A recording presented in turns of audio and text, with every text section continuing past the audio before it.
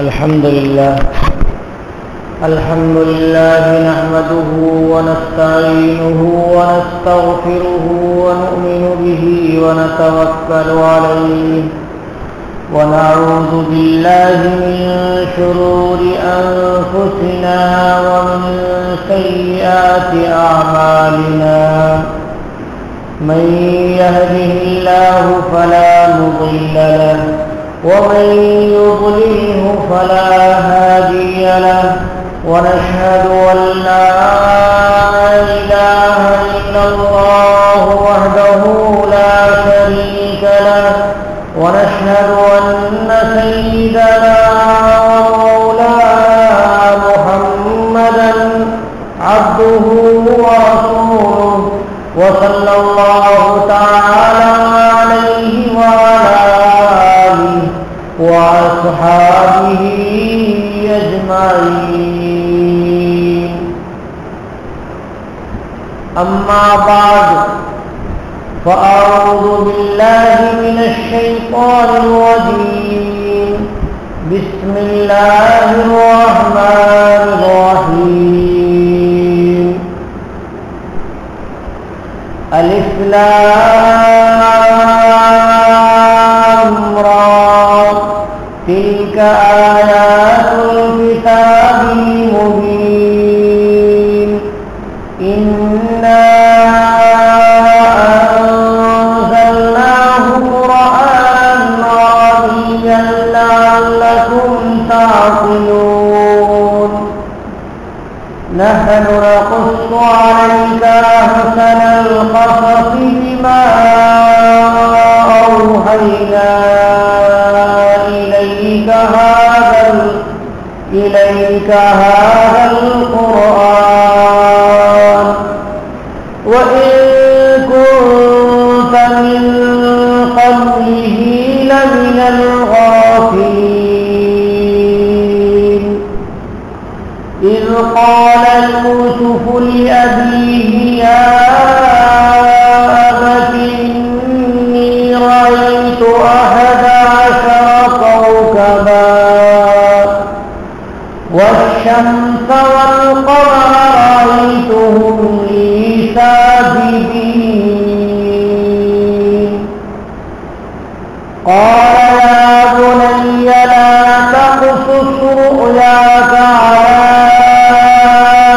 إخوتك فيكيدوا لك كيدا إن الشيطان للإنسان عدو مبين آمنت بالله صدق الله العظيم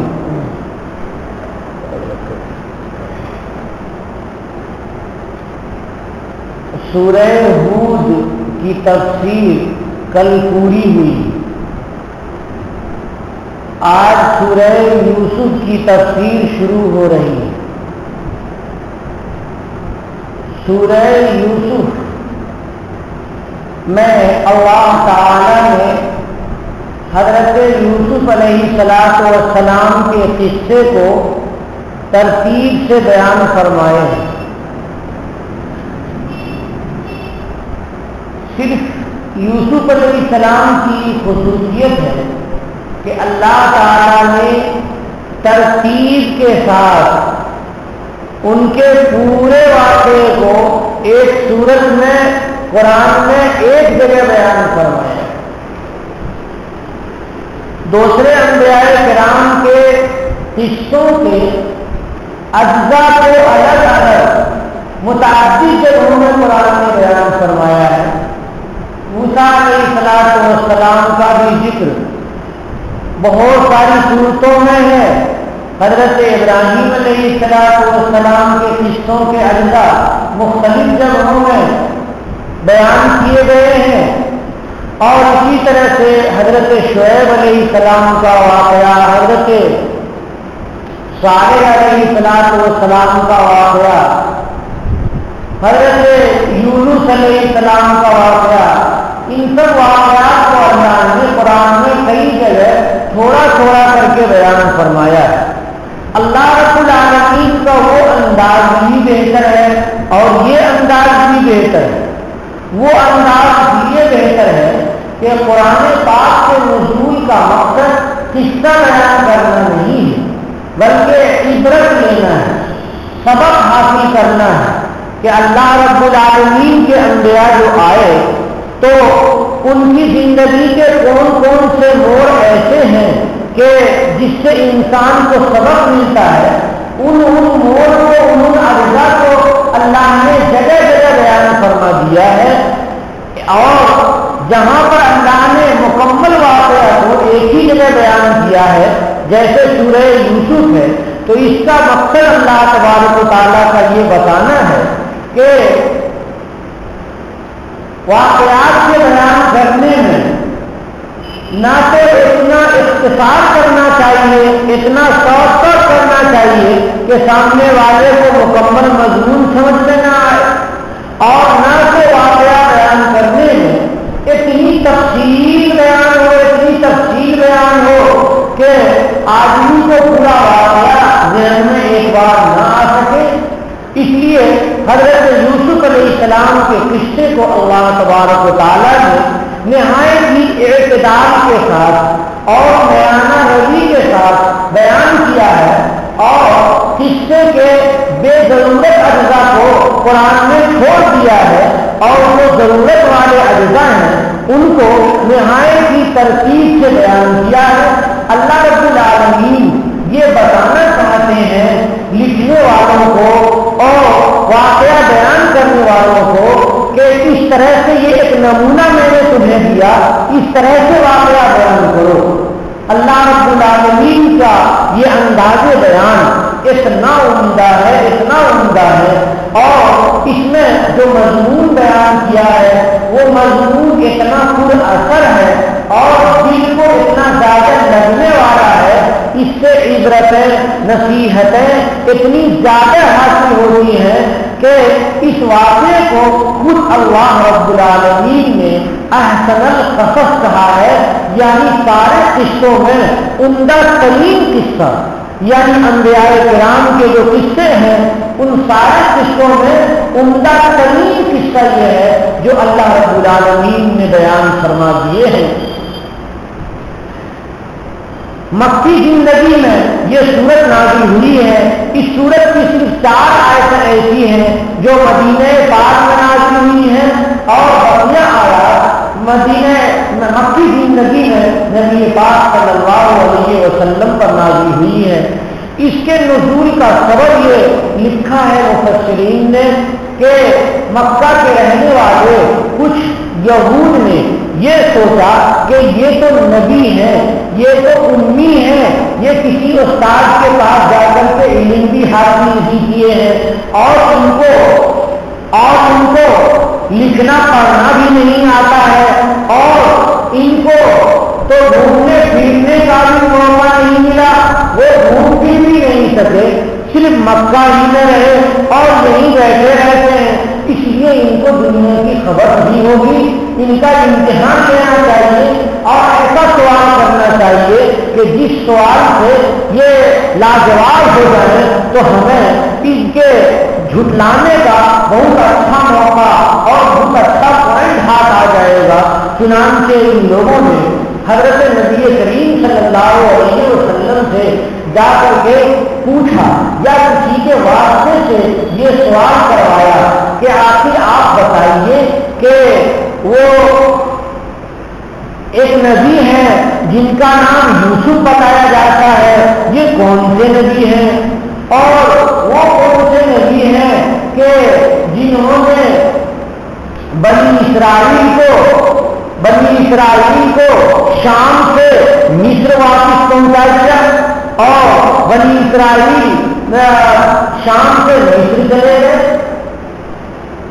اب حضرت نبی کریم صلی اللہ علیہ وسلم کے پاس جو ان کے یہ سوالات آئے وہ حضرت یوسف علیہ السلام کے سلسلے میں پوری تفصیل معلوم کرنا چاہ رہے تھے، اور وہ تفصیل ان کے خیال میں کہ یہ نبی نہیں بتا سکتے ہیں، اور جب یہ نہیں بتائیں گے تو ان کو جھٹلا دینا آسان ہو جائے گا۔ تو اللہ رب العالمین نے نبی آخر الزمان جناب محمد رسول اللہ صلی اللہ علیہ وسلم کی صداقت کے لیے اور حضور کی رسالت کو ثابت کرنے کے لیے اور حضور کی نبوت کے دلیل کے طور پہ اللہ تعالیٰ نے حضرت یوسف علیہ السلام کے پورے واقعے کو بہت ہی اعتدال کے ساتھ اور تفصیل کے ساتھ اس صورت میں اللہ تعالیٰ نے بیان فرمایا، اور یہ یہود کو جتانے کے لیے کہ اے یہود تم جانتے ہو کہ یہ نبی آخر الزماں ہے، تو تمہارے کتاب میں اس نبی کی علامتیں لکھی ہوئی ہیں، ان کے مبعوث ہونے کی جگہ بھی متعین کی ہوئی ہے، اور ان کے سلسلے میں اتنی معلومات تم کو دی ہوئی ہے کہ تم لوگ اپنے بیٹے کے پہچاننے میں تو شبہ کر سکتے ہو، لیکن نبی آخر الزماں جناب محمد رسول اللہ صلی اللہ علیہ وسلم کے پہچاننے میں تمہیں شبہ ہرگز نہیں ہونا چاہیے۔ لیکن تم نے یہ جو طریقہ اختیار کیا نبی آخر الزماں کے آزمانے کا، یہ طریقہ بھی تمہارا ٹھیک نہیں، لیکن کیونکہ ان کی نبوت کے دلائل کو مکمل کرنا ہمارے ذمے ہے، اس لیے میں اس پورے واقعے کی تفصیل تم کو سناتا ہوں۔ چنانچہ اللہ رب العالمین نے یہ پوری سورت سورہ یوسف کے نام سے نازل فرمائی، جس کی تفصیل آپ کے سامنے پیش کی جا رہی ہے۔ یہاں ایک اور بات یاد رکھنی چاہیے کہ آپ یہ کہیں گے کہ یہود کے اوپر جو کتاب حضرت موسیٰ کی نازل کی گئی تھی وہ تو تورات تھی، اور وہ عبرانی زبان میں تھی، اور وہ عربی زبان میں تھی نہیں، اور یہود عبرو جانتے تھے یا سریانی زبان جانتے تھے، تو اللہ تبارک و تعالیٰ نے جو یہ بیان کیا ہے یہ تو عربی میں بیان کیا ہے۔ تو جب سوال کیا ایسے لوگوں نے کہ جو عربی کا جو سریانی یا عبرانی زبان جانتے تھے، تو عبرانی زبان میں اگر یہ نازل ہوتا تو زیادہ مؤثر ہوتا، عربی زبان میں اللہ نے کیوں نازل کیا؟ اس کا جواب اللہ رب العالمین نے خود قرآن پاک میں دے دیا ہے کہ اے یہود تم مکہ میں رہ رہے ہو اور تم عرب میں رہ رہے ہو، عرب میں رہنے کی وجہ سے تم عربی نہایت وقار کے ساتھ، نہایت فصاحت کے ساتھ، نہایت بلاغت کے ساتھ عربی سے تم واقف ہو گئے ہو، اس زبان سے بہت زیادہ واقف ہونے کی وجہ سے اور عربی زبان کی سارے نشیب و فرائض سے جاننے کی وجہ سے اللہ رب العالمین یہاں عربی میں کتاب نازل فرما رہے ہیں، اس قصے کو عربی میں نازل کر رہے ہیں تاکہ تم ان کو اچھی طرح سے سمجھو، اور جو تم نبی کے فیصلے کو جھٹلانے کا ایک ہیلا بنا رہے ہو اس ہیلے سے تم توبہ کر لو، اور یہ آخری دین جو سارے ادیان کے لیے ناسخ ہے، سارے دین منسوخ ہو چکے ہیں، دین اسلام کے آنے کے بعد اسی دین اسلام کو تم قبول کرو۔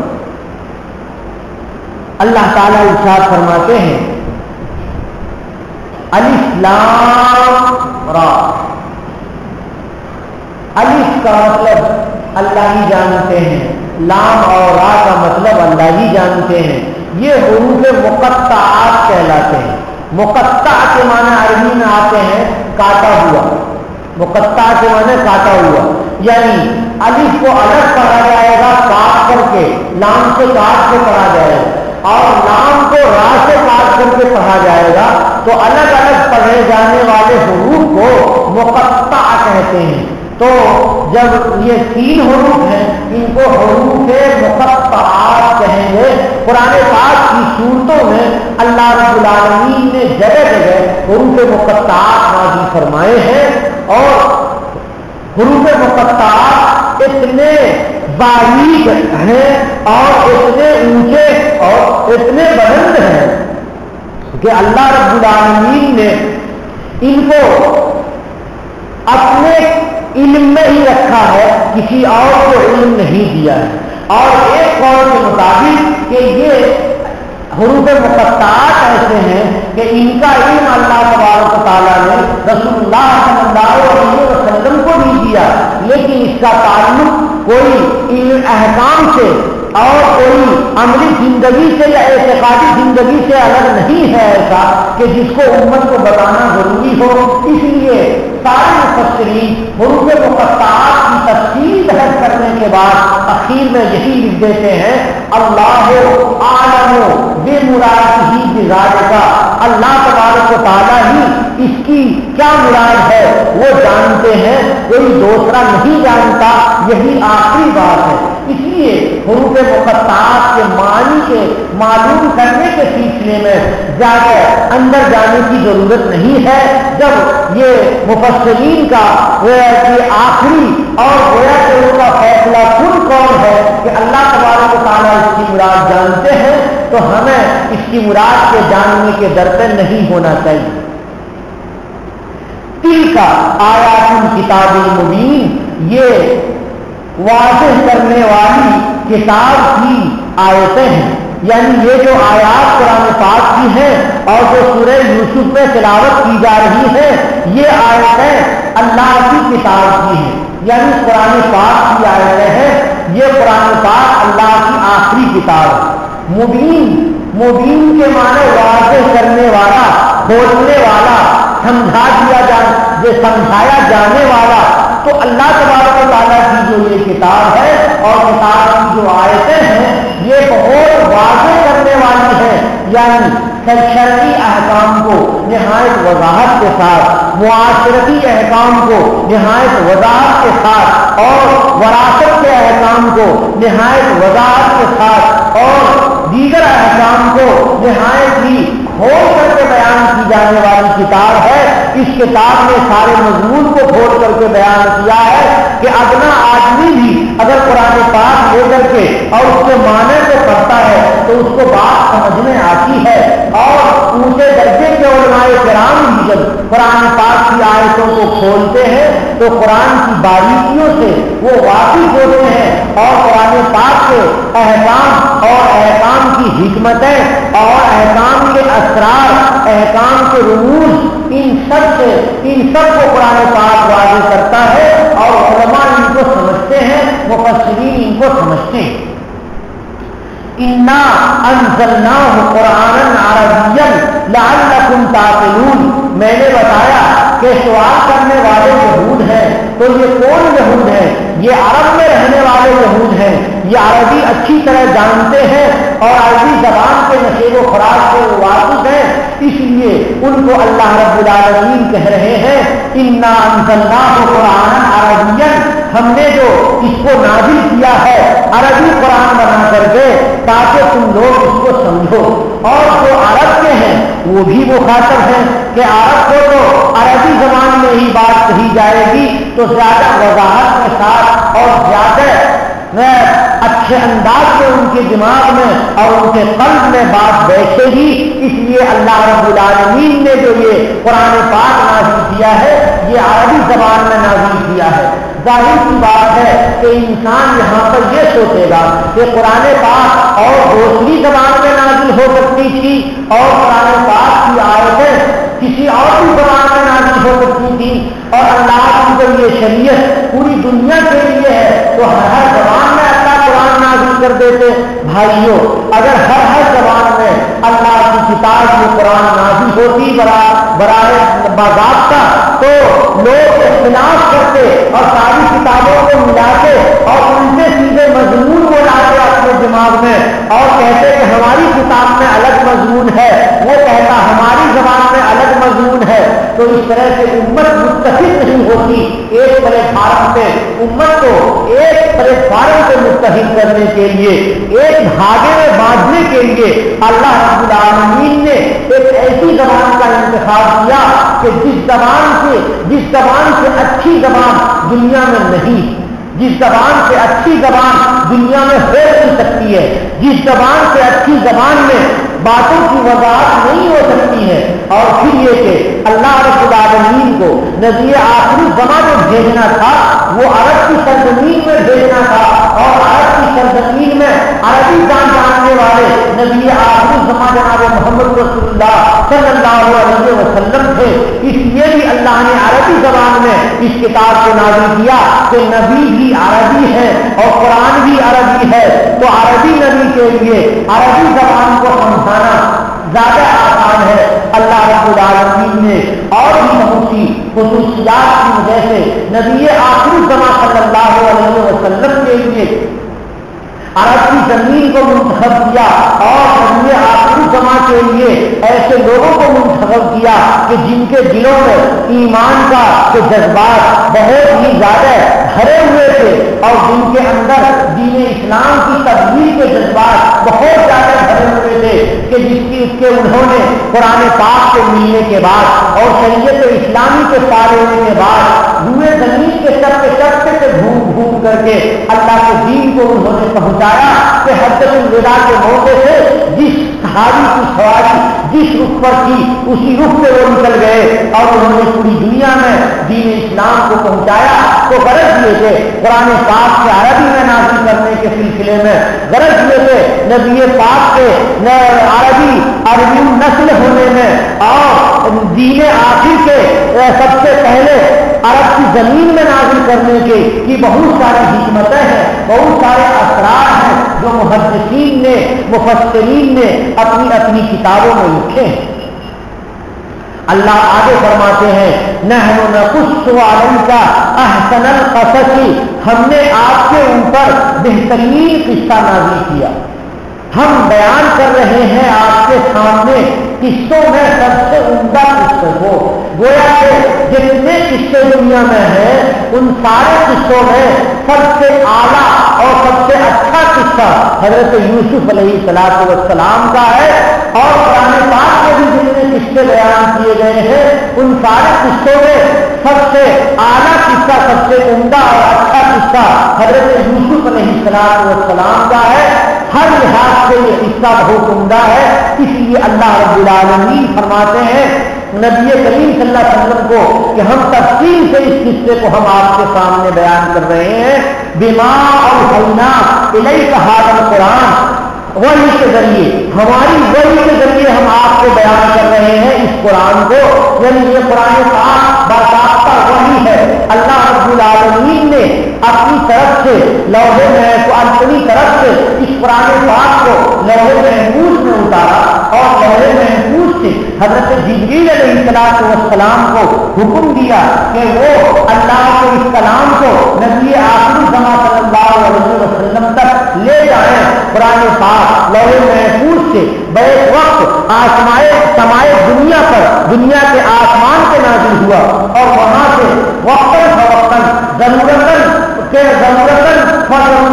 تھوڑی جب کی ضرورت ہوئی حضرت جبریل نبی کریم صلی اللہ علیہ وسلم کے پاس آتے رہے اور قرآن کو نازل کرتے رہے، یہاں تک کہ قرآن پاک 23 سال میں نازل ہوا۔ قرآن پاک 23 سال میں نازل ہوا، بعض لوگوں نے 22 سال اور چند مہینے لکھے ہیں، لیکن عرب میں حساب کا طریقہ یہ ہے کہ وہ قصر کو یعنی چلر کو چھوڑ دیتے ہیں، اس لیے کہنا چاہیے کہ قرآن پاک 23 سال میں نازل ہوا، قرآن پاک 23 سال میں نازل ہوا۔ بھائیوں 23 کو جب آدھا کریں گے تو کتنے ہو جائیں گے؟ 23 کو جب دگنا کریں گے تو کتنے ہو جائیں گے؟ ارے 23 کو دگنا کریں گے تو کتنے ہو جائیں گے؟ 20 پر 3 23، اور ان کو دگنا کرو 40 اور 6 46 ہو جائیں گے۔ تو یہاں ایک اور بات سمجھ لیجیے کہ نبی پاک صلی اللہ علیہ وسلم کا جو وحی کا سلسلہ تھا وہ 23 سال تک رہا، لیکن اس کا ابتدائی 6 مہینہ یہ حضور کو کے لیے خواب کا تھا، سچے خواب کا تھا اور مبشرات کا تھا۔